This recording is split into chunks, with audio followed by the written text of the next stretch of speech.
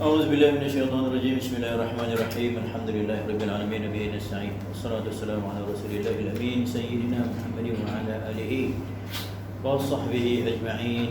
سبحانك لا علم لنا إلا ما علمتنا إنك أنت العليم الحكيم ولا حول ولا قوة إلا بالله العلي العظيم. رب اشرح لي صدري ويسر لي أمري واحلل عقدة من لساني يفقهوا قولي.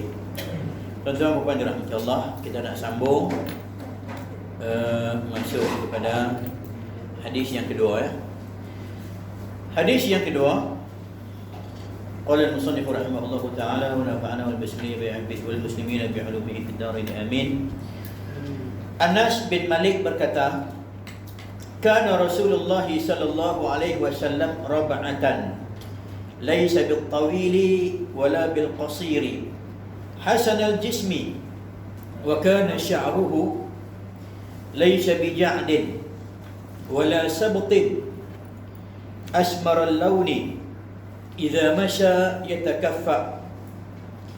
Rasulullah sallallahu alaihi wasallam adalah orang yang mempunyai tubuh yang sedang. Itu kata rab'ah tadi ni.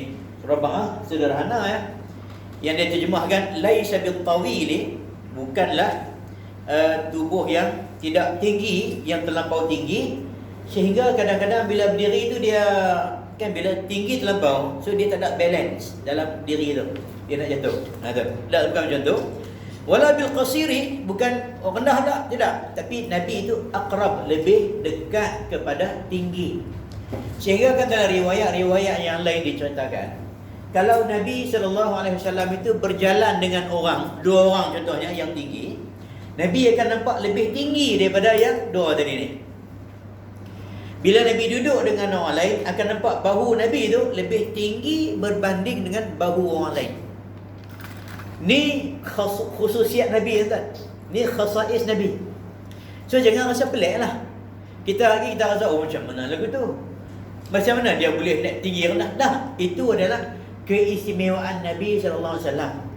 Kita kata tadi, kalau Allah dia jalan dengan orang yang lebih tinggi, kita akan nampak Nabi itu tinggi.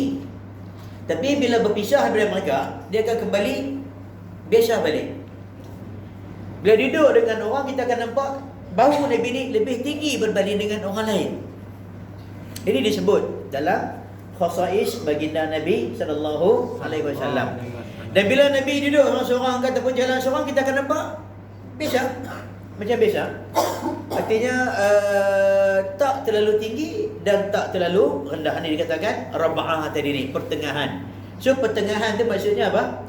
Tak terlalu tinggi, tidak terlalu rendah, tapi lebih kepada tinggi, macam gitu. Jadi pertengahan yang mendekat kepada tinggi, bukan tinggi yang melampau sampai kita sebut tadi lah kan, tinggi yang tak cantik, tak lawa bentuk badan tadi ni. Hasan al-jismi, bentuk tubuhnya bagus. Ni. Nak sebut bagus macam mana tak? Kita tak tahu. Okay, kalau tubuh Nabi tu tengok sempurna. Bau Nabi, tangan dia, kaki dia. Artinya kalau tengok Nabi berdiri tu, nampak sempurna, elok. Macam saya kata tadi lah. Kalau tuan-tuan tengok orang yang nampak hampir-hampir ke cantik, segak lawa tu, macam ni lah agaknya kot. Bukan macam tu. Dia kita agaknya macam ni lah yang dikatakan bentuk, kata cantik badan tu. Ada orang sebut boroi cantik tak? Tak ada lah. Cuma orang sebut boroi seksi tu ada lah. Cantik dah. Tu. Tapi bentuk Nabi, tubuh badan Nabi ni dikatakan hasan al-jismi, badan dia cantik. Gitu. Artinya elok lah mata memandang gitu. Ini sampai anak boleh duduk rehat atas perut bapak kan. Bapak rehat diri tu, anak bapak diri depan rumah tu, anak boleh duduk atas perut tu. Anak kecil lah kan, 2-3 tahun tu duduk atas perut tu. Nampak betapa besarnya perut si bapak tadi ni. Wa kana sya'ruhu laysa bija'din. Ini kata tadilah, rambutnya tidak keriting dan tidak pula lurus kaku, wala sabtin, bukannya lurus kaku. Asmarul launi, tuan-tuan kalau tengok asmar, setengah orang terjemahkan sebagai warna hitam. Asmar tu gelap. Dah. Dalam, kalau tuan-tuan tengok dalam banyak kitab-kitab hadis yang menceritakan tentang Nabi, dia kadang-kadang dia sebut bayau musyraban bil humrah, putih yang ada kemerah-merahannya. Kadang-kadang dia sebut asmaral launi. Tu asmar tu maksudnya inilah terjemah macam ni. Putih kemerah-merahan, putih kemerah-merahan. Gitu. Dia campur antara putih dan merah. Dia kata Imam Ibn Hajar, putih kemerah-merahan tu maksudnya menunjukkan yang kulit dia putih, merah tadi ni kerana darah tu. Perjalanan darah yang baik dan elok, sihat dalam tubuh badan menjadikan nampak kemerah-merahan. Bukan yang dia pakai blushing tu dah, tak pakai. Orang perempuan dia pakai blushing tu.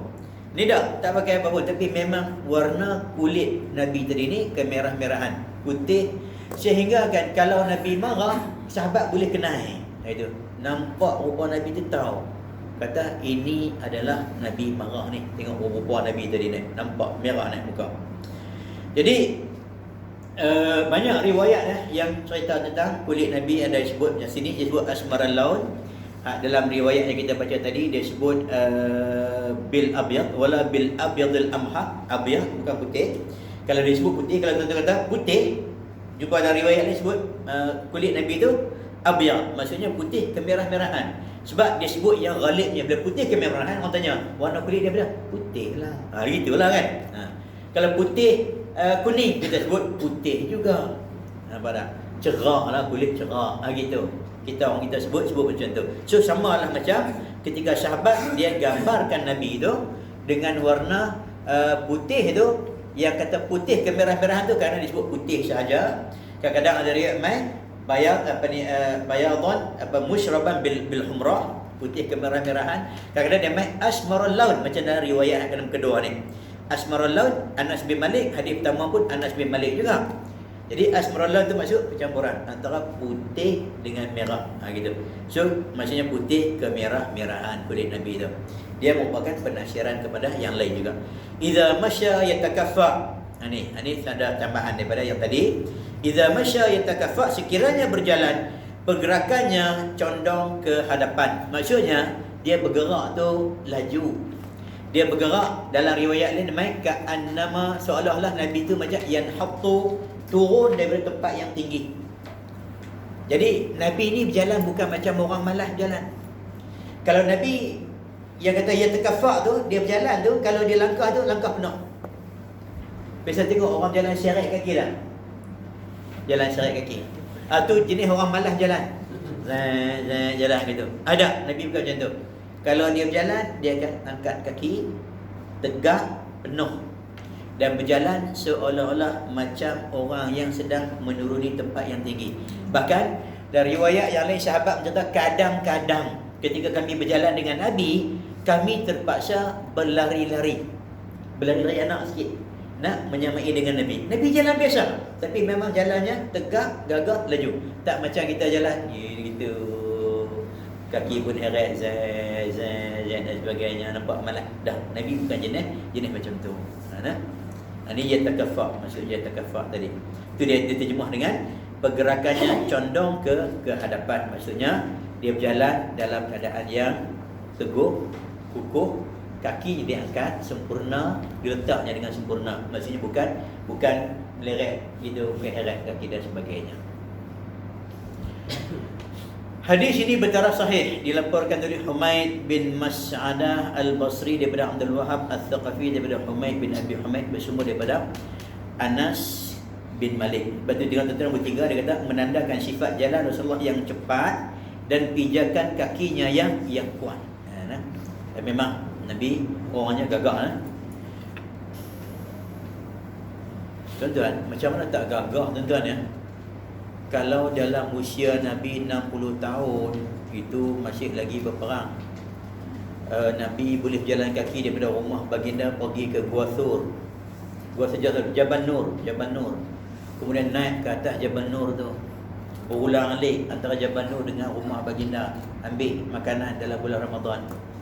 So tuan-tuan yang pernah pergi ke Mekah, pasal naik Jabal Nur, tahulah macam mana teruknya nak naik Jabal Nur. Kita pergi dengan koster, dengan bas. Nabi Nabi jalan kaki daripada Mekah, daripada rumah dia tu pergi ke sana. Artinya memang tapak kaki Nabi ni gagah dan kuat. Ada. Jadi dipijak padang pasir yang dikelilingi, dipenuhi dengan batu-batu semata-mata. So di situlah Nabi ni dibesarkan. Jadi memang orangnya gagah tuan. Hadis ketiga, Al-Bara' bin Azib radhiyallahu anhu berkata, kana Rasulullah sallallahu alaihi wasallam rajulan marbu'an. Ini sama macam tadi, rab'atan. Marbu'an ay rab'atan, pertengahan. Lelaki yang sedang, maksudnya tubuh badan baginda itu sedang, antara tinggi dengan rendah, so pertengahan. Tapi macam mana kita katakan dalam riwayat yang datang daripada Imam Al-Baihaqi, Nabi lebih dekat kepada tinggi, ba'ida ma bainal mankibain, iaitu tidak terlalu rendah dan tidak terlalu tinggi. Jarak antara kedua bahunya lebar. Jadi bila sebut jarak dua bahu lebar, serta kata apa? Kata Nabi tadi, dadanya bidang. Tu, luas dadanya. Jadi kalau tengok dada orang yang bau duduk gitu kan, diri duduk gitu pun cengkung, nampak uduh tak? Uduh tak lawa, tak lawa. Nampak jalan pun duduk gitu. Ni dah dada tegak bidang. Kita tengok orang yang perenang kan, orang ahli renang tu macam mana dada dia buka kan, duduk berlatih selalu. So nampak tegak badan dia tu. Bila dada bidang, badan dia tegak.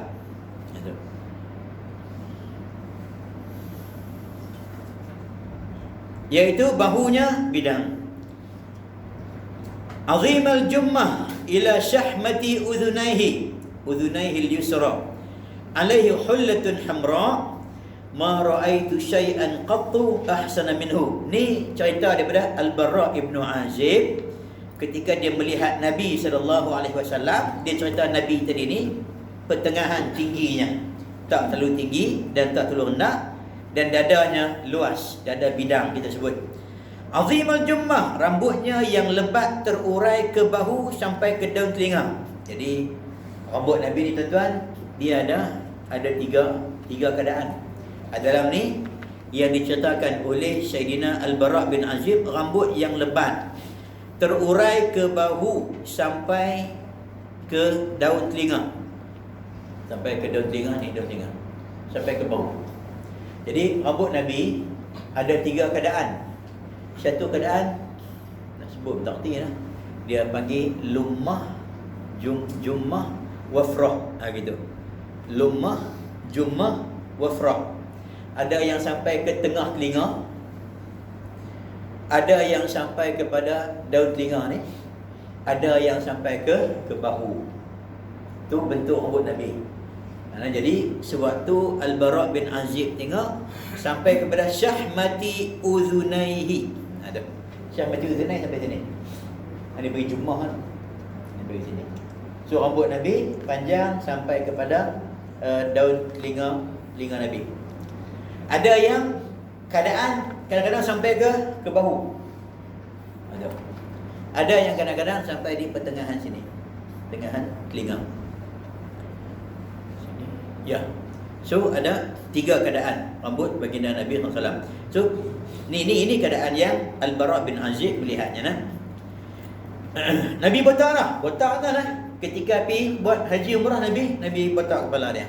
Nabi pernah beberapa kali Nabi gondolkan rambut baginda ketika melakukan ibadat haji khususnya. Dan rambut Nabi tadi dibagi-bagikan kepada para sahabat. Ada yang ambil, ada yang 2-3. Itu yang rambut yang saya cerita tadi ni, yang Khalid Al-Walid ambil. Dia dapat beberapa helai rambut Nabi. Antaranya dia simpan dalam kita kata topi perang yang dia pakai suatu pergi berperang tu. Apabila baginda memakai pakaian merah, alaihi hullatun hamra. Jadi hari yang ketika mana Nabi dilihat oleh Al-Bara' tadi ni, Nabi memakai baju yang berwarna merah. Tak tahulah merah macam mana tuan-tuan. Adakah merah tu merah, dia tak sebutlah pula kan, dia sebut merah saja. Adakah merah tu merah darah ke, merah biasa ke? Merah pun ada banyak tone dia juga. Tapi Nabi pernah memakai baju yang berwarna merah. Ma ra'aitu syai'an qattu ahsana minhu, tidak pernah aku melihat seseorang pun yang lebih tampan daripadanya. Ya. Ini memang pengakuan daripada sahabat-sahabat Nabi sendiri.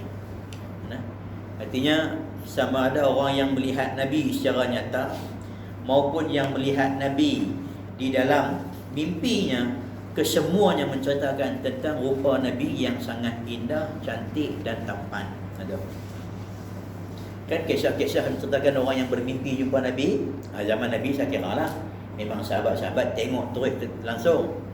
Yang bermimpi melihat Nabi dalam tidur tu kadang-kadang melihat rupa seorang lelaki yang kacak, yang segak, yang sangat tampan, bercahaya mukanya, datang mai sapu muka ayah saya. Kan cerita seorang lelaki ketika pergi buat ibadah haji, dia berjalan selangkah dia selawat, selangkah dia selawat, selangkah dia selawat. Perbuatan pemuda tersebut dilihat oleh Sufyan Tsauri.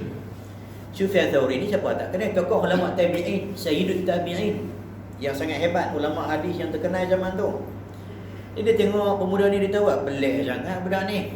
Akhirnya selesai dia tawaf, dia pergi tepuk belakang budak tu. Dia ketahuan hang ni buat benda yang pelik. Tak ada lagi orang selangkah selawat Allahumma salli ala sayyidina Muhammad, Allahumma salli ala sayyidina Muhammad, bila nak sampai. Dia kata, tuan ni siapa dia? Dia kata, akulah Sufyan Tsauri. Oh, dia kenal lah, macam kita lah. Tuan ni siapa dia? Akulah sekian-sekian. Oh, orang terkenal kan. Dia kata, tuan ada masa tak nak dengar cerita saya? Ada, dia kata, cerita. Dia bercerita. Dia kata, aku ni keluar daripada Baghdad, main nak buat haji dengan ayah aku, ikut rombongan daripada negeri kami. Di pertengahan jalan ayah aku mati, sakit, dia tu wafat, mati. Oi, tak ada cakap banyak dah. Tiba-tiba ayah aku yang mati tu wajahnya berubah jadi hitam legam seperti arang. Kita bayangkan tengok, arang. Udahlah sedih, ayah mati tak apalah, nak buat macam mana? Mati tengah jalan pergi buat haji, baguslah. Rupa dia tu, muka dia yang biasa berubah jadi seperti arang. Ini yang menyedihkan ni. Aib adalah satu keaiban. Jadi dalam keadaan letih, sedih, semua cukup tu, tiba-tiba dia terlena. Dalam tidur itulah dia kata, aku melihat dia dah. Seorang lelaki masuk mai ke dalam kemah yang menempatkan jenazah ayah aku ni. Jadi aku nampak dia mai, kemudian dan dia buka kain tu. Laki-laki yang rupa sangat indah, tampan dan cantik, bercahaya muka dia. Dia pegang, dia usap 3 kali muka ayah aku. Dan kembali seperti biasa balik. Dia tutup, dia keluar. Masa nak keluar tu lah aku pegang belakang baju dia. Billahi alaika tuan, tolong cerita dah. Siapa dia tuan ni? Yang telah menghilangkan keaiban daripada wajah ayah saya. Dia kali dia kata, hang tak kenal aku bang. Hang tak kenal kat aku. Akulah Muhammad Rasulullah. Ayah hang ni banyak buat maksiat, dia kata. Tapi dalam masa yang sama, dia juga seorang yang banyak berselawat kepada aku.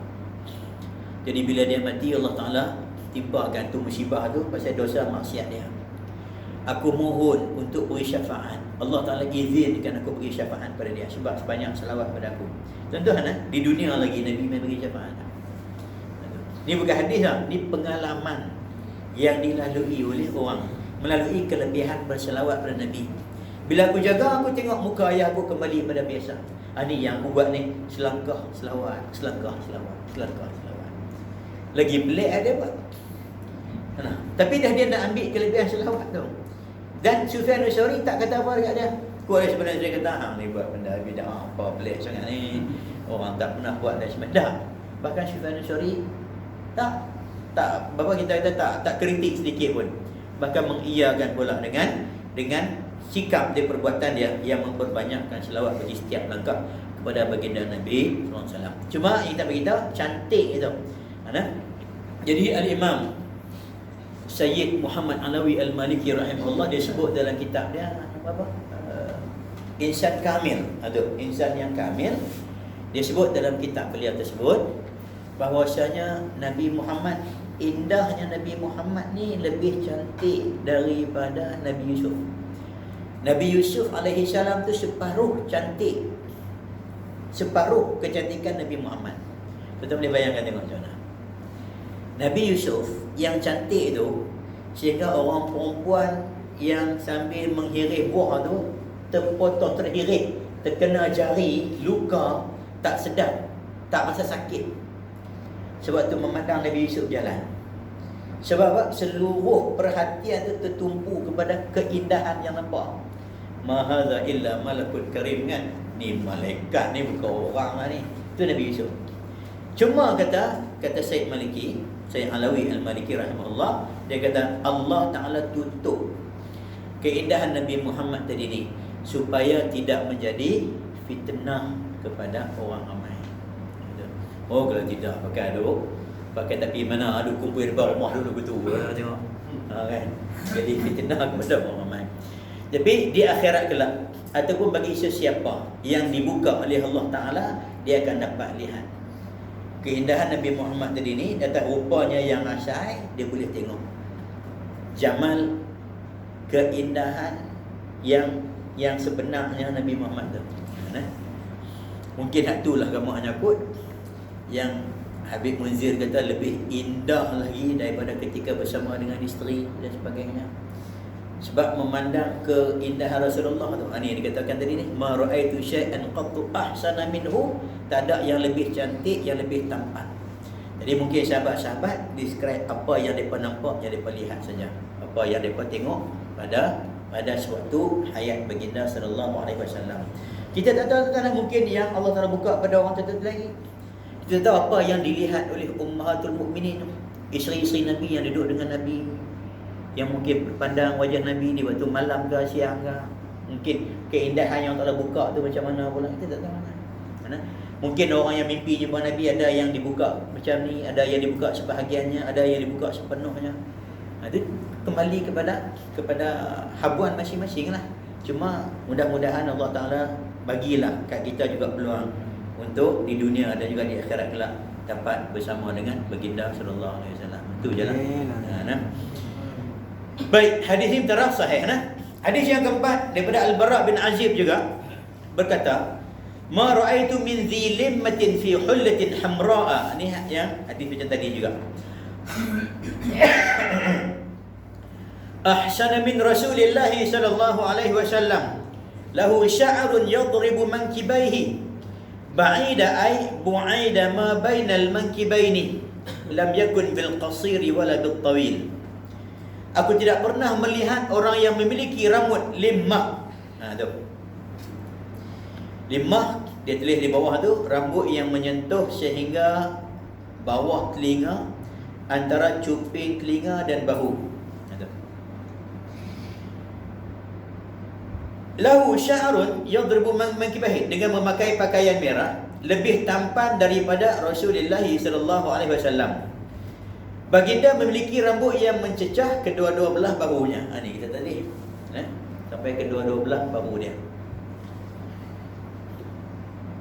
Panjang kan? Tapi lawa. Nak buat macam mana? Kedua-dua bahu baginda bidang, ba'id ma bainal mankibain. Baginda bukan seorang yang rendah dan bukan juga seorang yang tinggi. So Al-Bara juga cerita yang sama, tak terlalu rendah dan tidak terlalu tinggi. Kemudian bahu baginda luas, dan pada malam hari Jibril tu pakai pakaian yang berwarna merah, dan rambut ketika tu rambut yang panjang sampai kepada paras bahu. Tadi kena anak telinga. Ini yang paras bahu pula. So dua keadaan yang diceritakan oleh Al-Bara tentang rambut baginda Nabi sallallahu alaihi wasallam. Hadis ini juga bertaraf sahih ya. Dikeluarkan oleh Imam Muslim. Hadis kelima daripada Ali bin Abi Talib karramallahu wajhahu berkata, lam yakunin nabiyyu sallallahu alaihi wasallam bil tawil wala bil qasir. Sama tuan-tuan macam tadi juga. Tidak terlalu tinggi, tidak terlalu rendah. Syathnul kaffaini wal qadamaini. Telapak tangan dan kakinya terasa tebal dagingnya. Tapak tangan baginda sallallahu alaihi wasallam itu tebal dan kuat. Jadi salah satu daripada kelebihan Nabi, tapak tangan baginda kalau suatu perang, dia akan jadi kuat, tebal, kejam dan keras. waktu perang. Tapi kalau dalam keadaan biasa bersalam dengan kita, kita rasa macam kita sentuh sutera. Itu yang sahabat cerita tu, itu yang tuan dengan apa? Atif Siddiqi ke yang ini tu. Macam mana dia panggil? Qamarun tu kan? Wa kaffu yadi Rasulullah tu seperti kalwardin nadi. Seperti al-wardi, seperti bunga mawar, an-nadi yang kita tengok bunga mawar yang ada air lepas hujan tu, dia ada air sikit di atas dia tu. Macam tu, lembut dan halus tapak tangan Nabi SAW. Jadi orang yang salam dengan Nabi, dia akan rasa macam tu. Tapi di saat perang, dia boleh berubah. Jadi keras, kuat dan kejam. So ni juga termasuk khasais Nabi SAW. Kita kalau buat kerja, kau jenis orang yang buat kerja kampung dan sebagainya, kan, tapak tangan dia keras, kasar. Salami atau mana pun kasar je sah. Kalau jenis pegang pen pula lembut gitu, lembut, tak pernah keras-keras dah. Ada Nabi tak? Nabi kalau dalam keadaan biasa, tapak tangan Nabi, salam dengan dia, kita akan rasa lembut, halus, seperti sutera. Tapi kalau dalam keadaan perang, dia boleh berubah. Ni dia contoh ni. Mana Sayyidina Ali kata ni? Syathanul kaffain.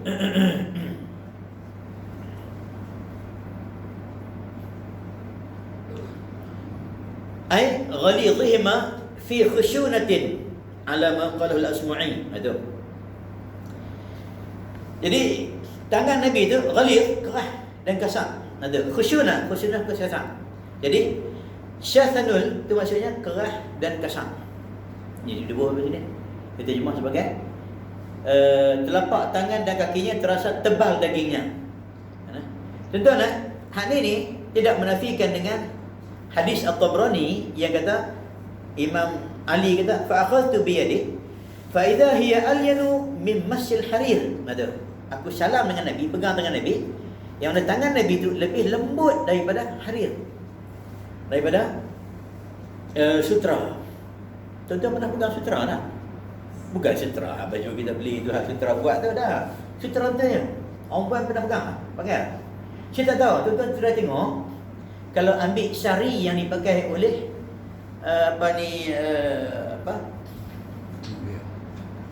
syari orang India tu, dipakai oleh Syarmila Tagore ke apa kan, contohlah kan, saya sebut nama kan, dia kenal Syarmila Tagore zaman dulu.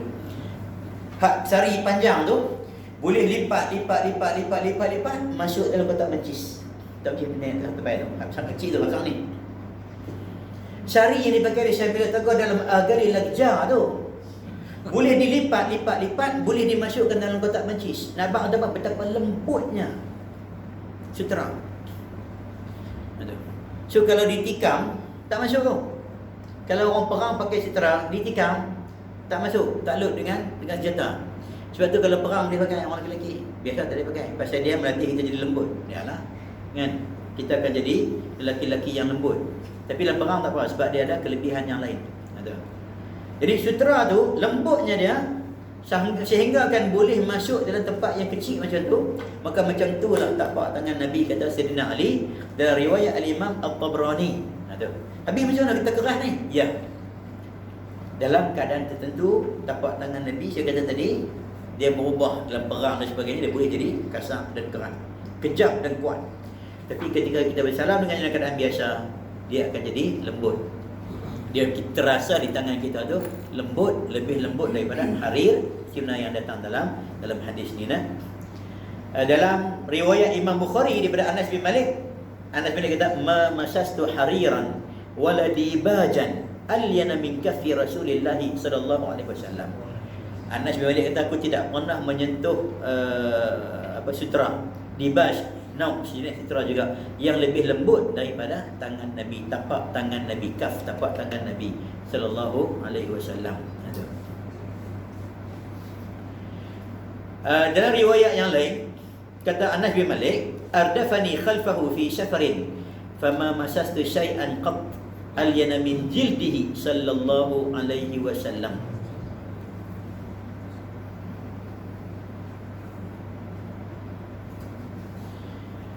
Aku pernah menumpang di belakang Nabi, naik kenderaan, unta ke, kuda ke, ataupun kaldai ke, fi safarin, dalam satu perjalanan.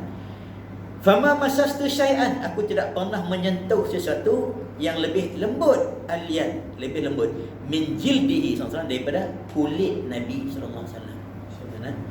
So tuan-tuan, kulit lembut tak bermakna badan tu lembek. Hanya pala faham. Lembut tak bermakna lembek. Kulit tu lembut kalau disentuh. Ada, tapi kuat dan gagah. Tulang-tulang Nabi besar dan kejam. Itu sifat dia. Jadi macam mana yang dibagi tahu oleh Habib Mahdi waktu kuliah kita Syama'il, dia kata tangan Nabi dia boleh berubah. Dalam keadaan peperangan dia jadi kerah dan kasar, sesuai dengan suasana peperangan. Tapi dalam keadaan biasa, bila sentuh itu terasa lebih lembut daripada sutera. Inilah yang diceritakan oleh sahabat kita.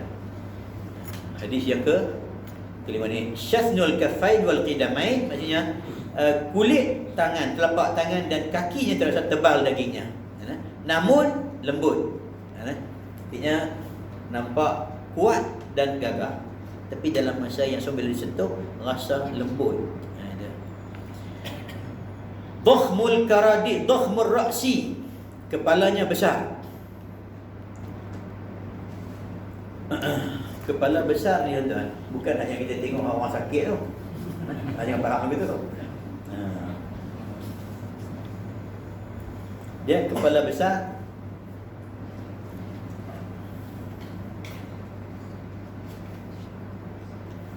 Dia cuba tengok, dia kata apa? Wa huwa dalun ala kamalil quwwati ad-dimaghiyah min al-hawas al-batinah wa bi kamaliha yatamayyazu al-insan ala ghairihi.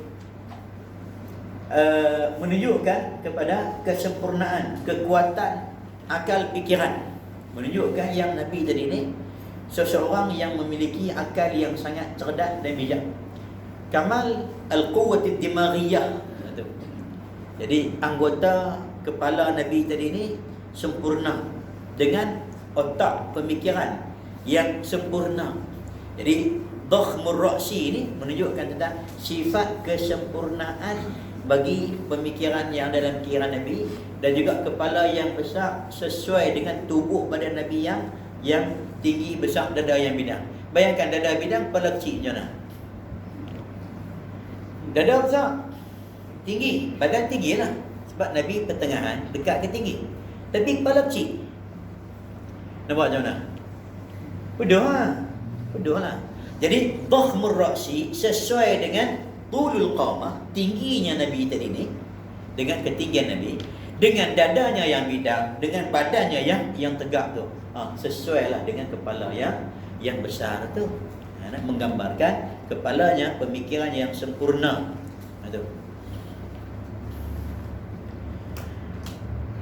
Dhakhmul karadis, tulang sendinya besar, menunjukkan kekuatan tubuh badan tu. Tulang sendi tu besar. Sini, nampak otot. Tu badan dia tu nampak otot yang tegak, teguh, kukuh. Ini pegang pun lembek macam kita.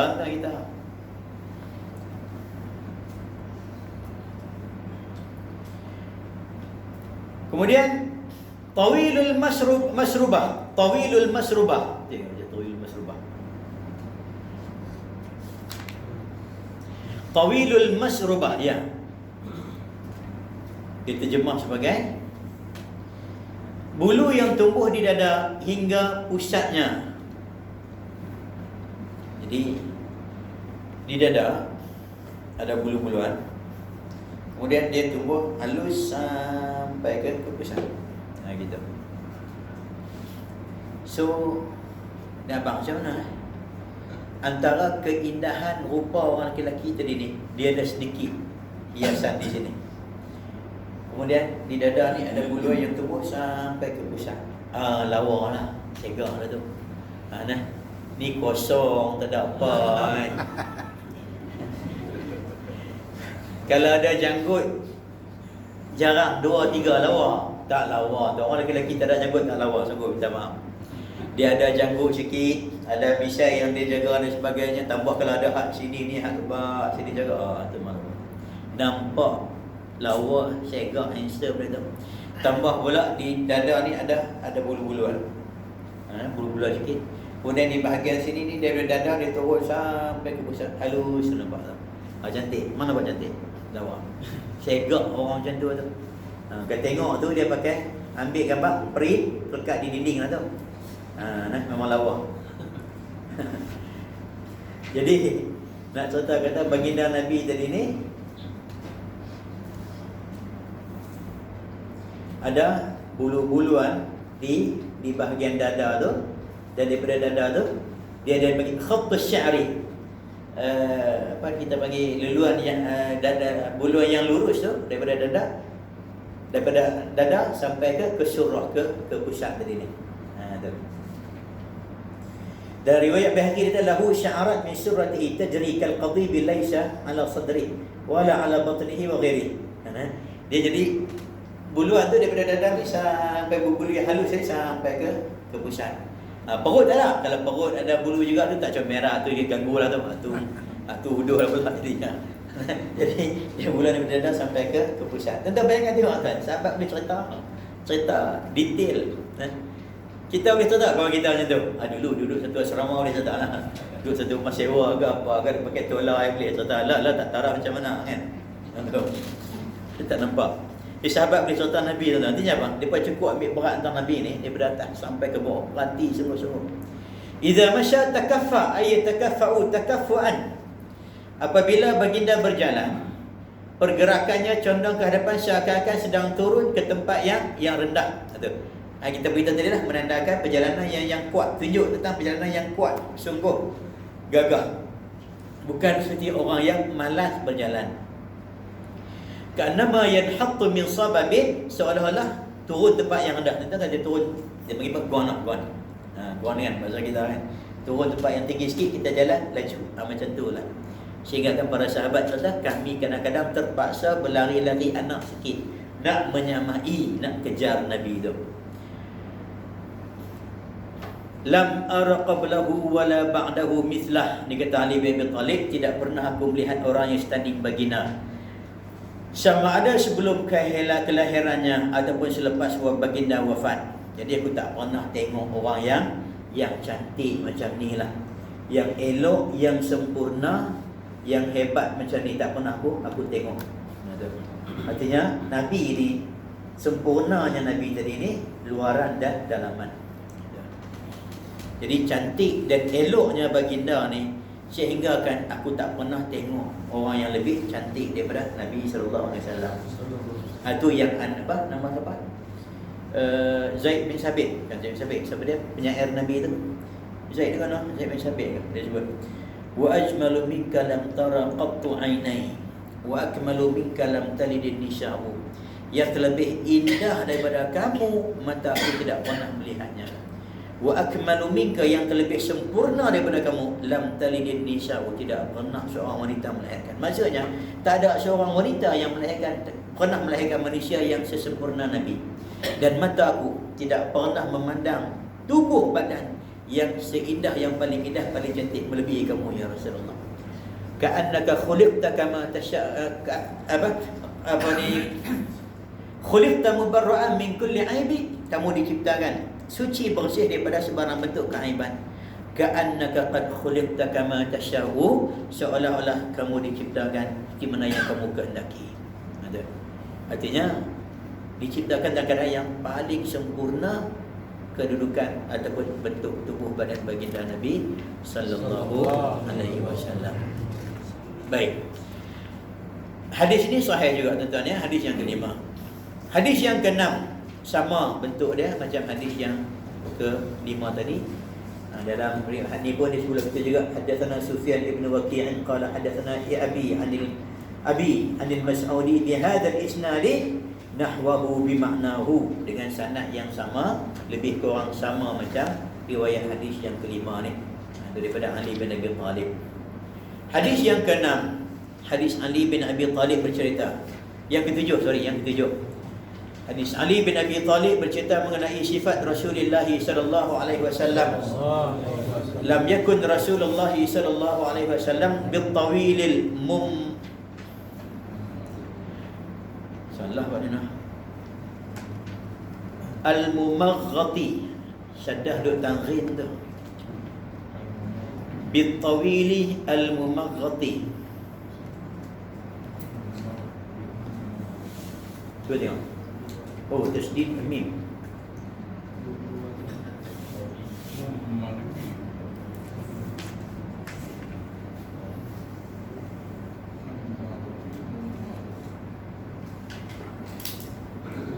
Ya. وهو بتشديد الميم الثانية قيل والمحدثون يشددون الغين المتناهي في الطول. Ya. Ada yang baca al-mumaghati, ada baca mummaghati.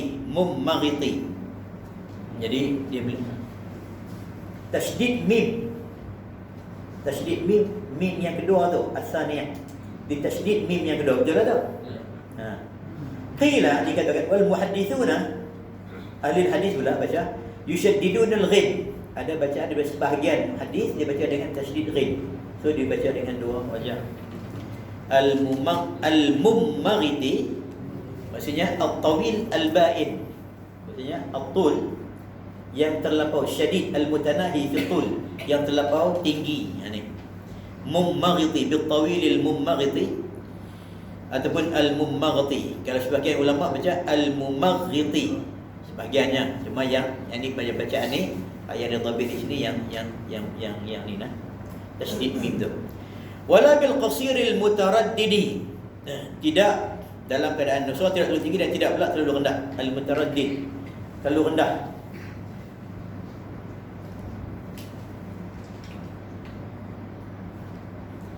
Jadi terlalu rendah al mutaraddid sehingga jadi rendah yang bersangatan rendah. Wa kana rab'atan min al qaumi, baginda bertubuh sederhana dalam kalangan kaumnya. Ini kita kata tadi ni. Kita tengok ramai-ramai nampak Nabi sederhana, tapi dia yang paling tinggi kalau duduk dengan orang, paling tinggi kalau berdiri dengan orang lain. Walam yakun bil ja'dil qatiti wala bis sabti, rambutnya tidak keriting bergulung dan tidak juga lurus kaku, melainkan ikal beralun. Kana ja'dan rajilan wala bis sabti, kana ja'dan rajilan. Ja'dan tu dia apa ni nah, qintin lah, tapi rajilan maksudnya dia beralun. Jadi dia nampak macam beralun tu. Beralun tu yang dipanggil ja'dan rajilan tak. Kalau ja'dil qatiti tu qinting macam negro, tak boleh buat apa langsung lah tu. Tu sikat pun tak boleh masuk tu. Ni dah. Walam yakun bil mutahhami, melainkan ikan beralun, badannya tidak gemuk. Wala bil mukalsami, bentuk wajahnya tidak bulat. Wa kana fi wajhihi tadwirun, tapi berbentuk membujur. Jadi ini panjang hadis tentang Nabi tadi ni. Jadi bukan makna bulat tu bulat betul tak? Bulat betul tak? Dia membujur sikit. Gitu. Dia tu wa kana fi wajhihi tadwir gitu. Jadi Nabi bukan bil muttahami, tidak terlalu gemuk. Jadi al-muttahami ni dia terjemah sebagai gemuk kan? Ya, gemuk lah. Maksudnya gemuk yang huduh tu. Mana? Gemuk sungguh. Tidak pula terlalu kurus ya, sampai tak ada apa langsung dah juga, bukan macam tu. Mana?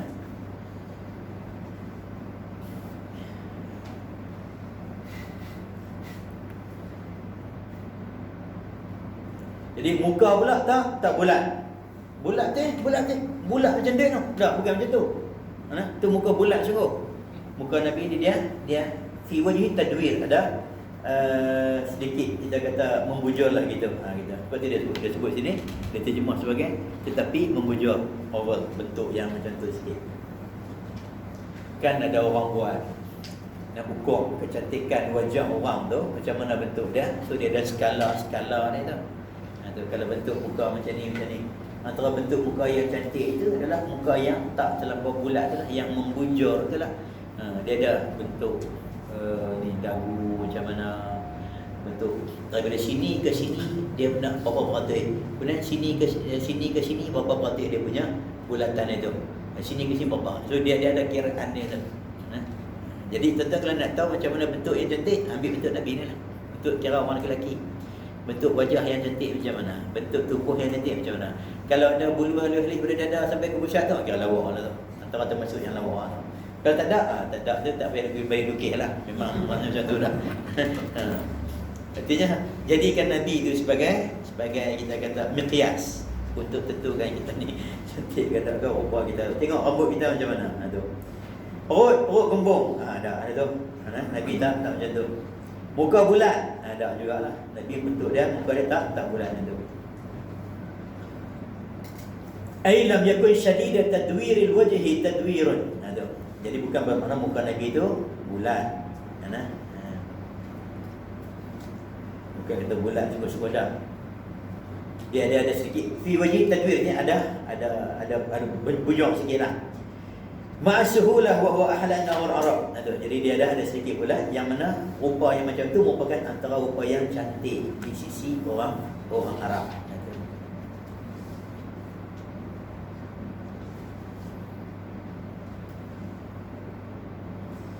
Jadi riwayat dia makana asilul khaddain. Jadi pipi Nabi tu dia melengkung dia gitu sikit. Dia tak bulat tu, dia melengkung pipi Nabi tu. Yang main contoh tentang bentuk rupa Nabi tadi ni. So muka Nabi tak bulat macam duit itu tidak, tapi dia ada sedikit membujur gitu. Yang mana rupa yang bujur itu antara rupa yang cantik dan segak pada sisi orang Arab. Abyadu musyrabun. Kulitnya putih kemerah-merahan macam kita katakan tadi. Ahdabul asfar, matanya hitam.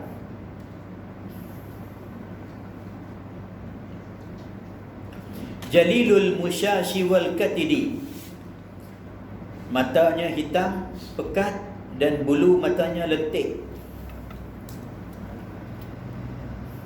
Bulu mata dan ajrad ada. Zu masrubah, ada bulu-buluan di dada tadi ni. Ada ajul ainain, matanya hitam. Ahdabul asfar, bulu matanya lentik. Ada. Jalilul musyashi wal katidi, tulang sendinya gagah dan kuat. Ada. Ajrad, bahunya bidang. Bahunya bidang. Jadi dia sebut ni antara sifat-sifat yang ada pada tubuh badan Nabi lah. Tengok balik. Abyad, putih kemerah-merahan. Abyad musyrabun, putih kemerah-merahan. Ad'ajul ainain, matanya hitam pekat. Ahdabul asfar, bulu matanya lentik. Jalilul musyashi, tulang sendinya gagah. Wal katidi, tulang sendinya gagah dan kuat. So macam tadi lah, tulang sendi Nabi ni dia nampak besar. Dia sebut dhakhmu al-karadis tadi. Sini jalilul musyashi wal katidi, tulang sendi Nabi tu nampak gagah dan kuat. Ini bentuk-bentuk apa tu, sifat-sifat yang diceritakan oleh sahabat, melihat apa yang mereka tengoklah. Zu masrabin ajrad ni bidang, dadanya yang bidang, bahunya yang bidang. Sorry. Jalilul musyash ni maksudnya tulang sendinya yang kuat dan gagah tu. Wal katidi, bidang bahunya yang bidang. Ajrad, badannya bersih daripada bulu dan rambut. Jadi bulu Nabi ni dia kat sini sini. Daripada atas sampai ke bawah, sampai ke pusat. Gitu. Jadi di sini sebut ajrad. Ajrad.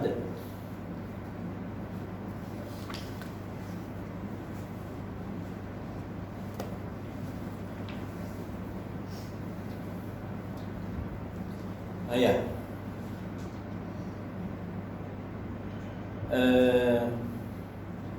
Matanya hitam, bulu matanya lentik tu. Ahdabul asfar, bulu mata yang panjang dan melentik sifatnya tu. Jalilul musyash ay ru'usul 'idham. Ada. Contoh kal mirfaqain ni siku, lutut dan juga bahu. Tulang jalilul masyash tu, jalilul masyash, tulang bahu, tulang siku dan tulang lutut tu nampak gagah, kuat, besar dan kejam. Wal katidi fathah pakus syirah. Menunjukkan tubuh badan dia tadi ni kuat dan gagah. Ajrat ay ghairu ash'ar wa huwa min 'ammi sya'ri jami'a badani. Maksudnya tubuh badannya itu tidak dipenuhi dengan bulu. Itu maksud ajrat. Bukan tak ada, ada, tapi bukan mana semuanya berbulu penuh. Dah, bukan macam tu. Atas bulu, perut pun berbulu, ada belakang bulu. Dah, bukan macam tu. Jadi kata yang katakan ajrat tadi ni ialah man lam ya'ummahu sya'ru, maksudnya tubuh badannya yang tidak dipenuhi dengan bulu-buluan, dengan rambut. Tapi kalau sebahagian tempat yang ada bulu, itu bukan satu benda yang pelik lah. Termasuklah juga ajrat tu tak menafikan benda yang bikin rupa, kan? Jadi ada bulu-buluan pada badan, pada sini ni dia bagi apa ni, masrubah ni, daripada atas dada sampai ke pusat. As-sa'idain di sini di lengan ada bulu-buluan, di saqain di betis ada bulu-buluan. Jadi yang intinya di bahagian-bahagian tertentu ada bulu, bukan pada seluruh tubuh badan ada bulu. Macam Bigfoot tu, tu penuh semualah.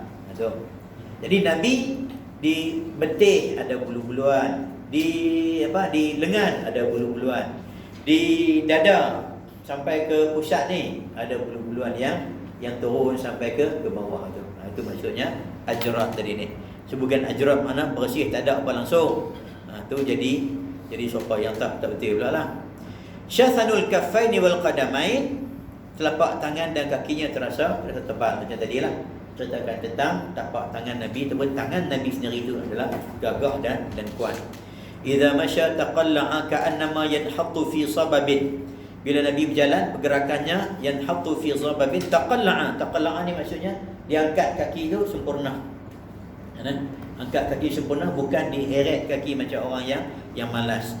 Ka'annama yanhattu fi sababin, seolah-olah pergerakan Nabi itu macam menuruni tempat yang tinggi. Wa idza iltafata ma'an baina katifaihi khatamun nubuwah. Bila Nabi berpaling seluruh tubuh badannya.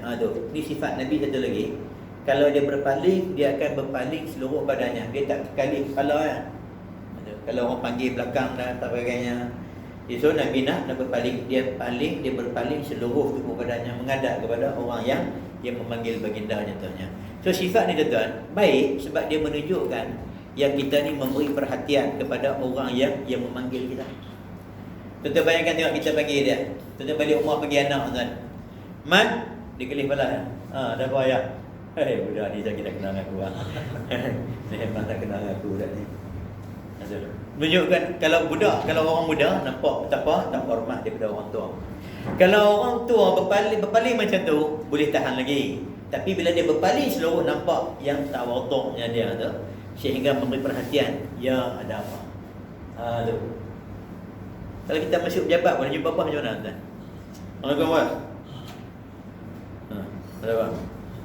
Begitu kan. Beza dengan Assalamualaikum Pak. Ya. Ada apa? Lain. Kita yang nak cerita masalah pun nampak dia. Ya, ada apa? Lain. Rasa dia bagi perhatian penuh dengan tuan. Ada apa? Nampak tak sungguh pun nak tengok dan sebagainya. So sikap Nabi itu menjadikan orang nampak akhlak dan peribadi Nabi cukup mulia. Dan bila dia berpaling seluruh tubuh badan dia. Baina katifaihi khatamun nubuwah, di antara kedua-dua bahunya terdapat khatamun nubuwah, iaitu tanda kenabian bagi para nabi. Wa huwa khatamun nabiyyin ajwadun nasi sadra. Rasulullah seorang manusia yang hatinya paling pemurah. Wa asdaqun nasi lahjah, manusia yang paling berlapang dada, tidak pernah berkeluh kesah atas sikap penyiksaan oleh kaumnya. Ya, benar. Nabi merupakan manusia yang paling ajwad, dada paling pemurah. Kalau kata memberi itu paling pemurah, paling kasih, paling sayang pada umatnya. Bahkan Nabi tidak pernah merungut tentang kejahatan umatnya kepada baginda. Dada Nabi paling manusia yang paling luas. Kan kita pernah cerita dulu macam mana orang yang pernah bersikap buruk dengan Nabi kan, memegang baju Nabi, tarik begitu, merubah rupa Nabi tak berubah. Macam mana sebelum, macam itulah ketika baju dari ditarik dan sebagainya. Artinya apa? Tetap berubah. Ketika sahabat tarik kain yang Nabi, shawl yang Nabi letak di sini, tarik sampai lekat berberat merah di sini ni, dan kulit Nabi putih kan, merah sini, pun Nabi tak marah, tak merungut, bahkan tak menengking dan sebagainya. Sahabat yang bersikap macam tu, artinya menunjukkan yang Nabi tadi ni, dada Nabi ni sangat luas, sangat pemurah, pengasih kepada orang. Lapang dada. Asdaqun nasi lahjah, orang yang paling benar dalam percakapan. Paling lembut, paling ramah dalam percakapan, sehingga menyebabkan orang yang bergaul dengan dia tu suka. Sebab tu sahabat-sahabat beritahu, siapa yang nampak Nabi akan rasa haibah, siapa yang bergaul dengan Nabi dia akan rasa kasih. Jadi akhlak Nabi macam tu. Orang yang tengok Nabi, kali teman nampak Nabi, nampak rasa haibah, nampak hebat. Kemudian bila dah bergaul dengan dia, dah duduk dengan dia, dengar dia cakap dan sebagainya, akan rasa timbul kasih. Sebab bahasa yang digunakan tadi ni. Wa alyanuhum arikah, orang yang paling lembut dalam perbualannya. Wa akramuhum ishrah, orang paling mulia dalam pergaulan dia. Memang macam tu keadaannya. Man ra'ahu badihatan haba, barang siapa yang melihatnya pertama kali akan merasa hormat, haibah. Haibah ni rasa hormat. Macam mana nak sebut? Bukan takut dah. Ketika Abdul Muttalib pergi berjumpa dengan Abraha yang nak datang serang Mekah ke Kaabah tu, nak runtuhkan Kaabah tu, Abraha cerita ketika dia melihat Abdul Muttalib datang untuk jalan masuk tu, dia melihat haibah yang sangat hebat pada diri Abdul Muttalib tu. Bukan teruja tak. Ada orang yang kita rasa, nak sebut macam mana, kita nampak dia rasa haibah ni tu ada, kita nak rasa takut dah, gerun dah, tapi nampak dia tu hebat, kita pun jadi macam malu, Allah segan dengan dia tu. Jadi memang ada orang jenis macam tu. So Abdul Muttalib ketika kali pertama tengok tu, Abraha kata aku nampak seorang lelaki yang sangat haibah, penuh dengan kehebatan, nampak gagah, nampak hebat lah, nampak hebat. Jadi aku nak duduk bawah dengan dia, takkan nak duduk bawah dengan dia, nak pergi dia naik atas takkan nak tak duduk sekali dengan aku. Akhirnya Abraha kata asalnya Abraha yang turun duduk di bawah dengan dia. Jemaah sekali, ada apa, ajak apa nak minta. Nak pergi dia naik atas, tak payah kalau pula pasal nak duduk sekali tu bersih dengan aku dia tak. Dia sendiri turun duduk bawah. Pasal dia nak sembang, Abdul Talib di bawah, dia duduk atas. Dia rasa haibah Abdul Talib tadi ni. Tu. Tak tahu lah sebab apa. Jadi Nabi macam tu. Kali pertama tengok, kita ada rasa haibah dia tu. Memang banyak orang soleh jadi tuan-tuan. Bila kita tengok, kita rasa nampak haibah, rasa gerun dan diri kita tu ada rasa gerun, ada rasa dia tu besar. Macam tu lah lebih kurang. Tapi bila kita duduk bergaul dengan dia, hati kita akan jadi cenderung dengan dia, seronok dengan dia. Ramai guru-guru kita yang di sana, bila tengok kita mau nampak lagu tu nampak hebat. Bila ada kita mengaji, duduk dengan dia, jadi hati tu rasa seronok, rasa sayang, rasa suka, jadi gitu. Dan siapa yang berkenalan dia ni pasti hormat dan segan kepadanya. Itu dah hebat dia ni. Man ra'ahu badihatan, kalau kita mau melihat rasa habahu, rasa hormat dan segan padanya.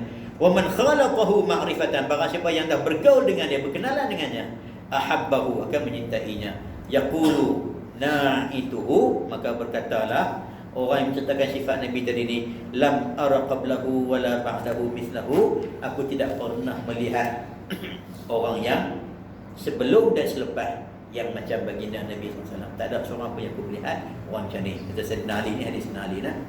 Jadi orang yang bertemu dengan Rasulullah sebelum mengenalinya pasti akan hormat dan segan. Dan apabila sudah bergaul dan mengenali baginda, maka terbuktilah keindahan akhlak baginda sehingga dia sangat menyintai Nabi sallallahu alaihi wasallam. Hadis ini tuan, kata pengarang di bawah, hadis ini bertaraf dhaif ya. Tapi riwayat yang kita sebut tadi sama macam riwayat yang sebelumnya daripada juga Sayyidina Ali bin Abi Thalib. Jadi walaupun hadis ini dhaif, dikukuhkan dengan riwayat yang sebelumnya. Jadi banyak disebut sini tuan. Kalau kita tengok balik dalam hadis yang ke-7 ni, banyak rambut Nabi, kemudian tubuh badan Nabi, bentuk tubuh badan Nabi, muka Nabi, kulit Nabi, mata dia hitam, kemudian bulu mata panjang dan juga tebal tu, tubuh badan yang kuat, gagah, ada bulu-buluan yang di beberapa tempat gitu. Ajrak tu, Dhu masrubah tu. Kemudian syathnul kafai, tangan dan juga kakinya yang tebal dan kukuh, gagah. Kemudian sifat jalan Nabi tu. Bila jalan Nabi jalan. Nanti kita akan lihat macam mana bentuk yang dikatakan khatmun nubuwah. Khatmun nubuwah dengan kata insya-Allah dekat serta macam mana dikatakan bentuk khatmun nubuwah ataupun khatamun nubuwah yang terletak di antara dua pundak Nabi tu, belakang Nabi tu, di belakang Nabi, di antara baina katifai, dua bahu Nabi. Kemudian akhlak sifat Nabi, kalau dia berpaling, dia bukan berpaling seluruhnya. Orang yang memiliki kalam yang paling sempurna, paling betul, paling baik dalam cakapan, paling lembut, sehingga orang yang bertemu kali pertama akan rasa segan, kali kedua bila bertemu bercampur dengan Nabi, bila kenal Nabi, akan timbul rasa kasih dan sayang kepada Nabi sallallahu alaihi wasallam. Sehingga kan aku tidak pernah melihat orang yang paling indah daripada Nabi, dan juga orang yang paling indah sama ada sebelum ataupun selepas Nabi sallallahu alaihi wasallam. Baik tuan, kat ni dulu tuan, insya-Allah kita akan esok insya-Allah kita sambung lagi besok tuan. Untuk hari ini kita berhentikan hadis yang ke-7, insya-Allah besok kita mula hadis yang ke-8. Mudah-mudahan boleh ambil lagut yang berkaitan dengan ayat bab 1 ni, insya-Allah besok kita boleh ambil insya-Allah. Baik tuan, mudah-mudahan ada manfaat apa yang kita baca, yang baik daripada Allah Subhanahu wa taala. Salah silap mohon ampun dan maaf. Mudah-mudahan setidak-tidaknya kita boleh melihat macam mana betapa indah sempurna kejadian Nabi sallallahu alaihi wasallam yang digambar oleh para sahabat. Jadi mudah-mudahan selain lepas kalau kita dah kenal secara sifat ni, mudah-mudahan ke depan nanti Allah Taala akan muliakan kita pula dengan memandang kepada keindahan yang ada ni. Seindah-indah makhluk yang diciptakan oleh Allah Subhanahu Wa Taala. So yang baik dari Allah Taala. Salah silap aku daripada saya sendiri, ampun dan maaf mohon dimohonkan. Aku lu qawli hadza wa astaghfirullahal azim li wa lakum. Assalamualaikum warahmatullahi wabarakatuh. A'udzu billahi minasyaitonir rajim. Bismillahirrahmanirrahim. Alhamdulillahirabbil alamin wa bihi nasta'in. Wassalatu wassalamu ala rasulillah nabi sayyidina Muhammad wa ala alihi wa sahbihi ajma'in. Allahumma 'allimna ma yanfa'una wanfa'na bima 'allamtana wa zidna 'ilma. Allahumma faqihna fid din wa 'allimna at-ta'wil wa ihdina siratal mustaqim. ربنا عليك توكلنا وإليك أنبنا وإليك المصير. اللهم اغفر لنا ذنوبنا ولوالدينا ولمشايخنا ولمعلمينا لأزواجنا ولأهل بيتنا ولأولادنا ولجميع المسلمين والمسلمات والمؤمنين والمؤمنات برحمتك أرحم الراحمين. ربنا عليك توكلنا وإليك أنبنا وإليك المصير. ربنا آتنا في الدنيا حسنة وفي الآخرة حسنة وقنا عذاب النار. وصلى الله وسلم على سيدنا محمد وعلى آله وصحبه أجمعين والحمد لله رب العالمين.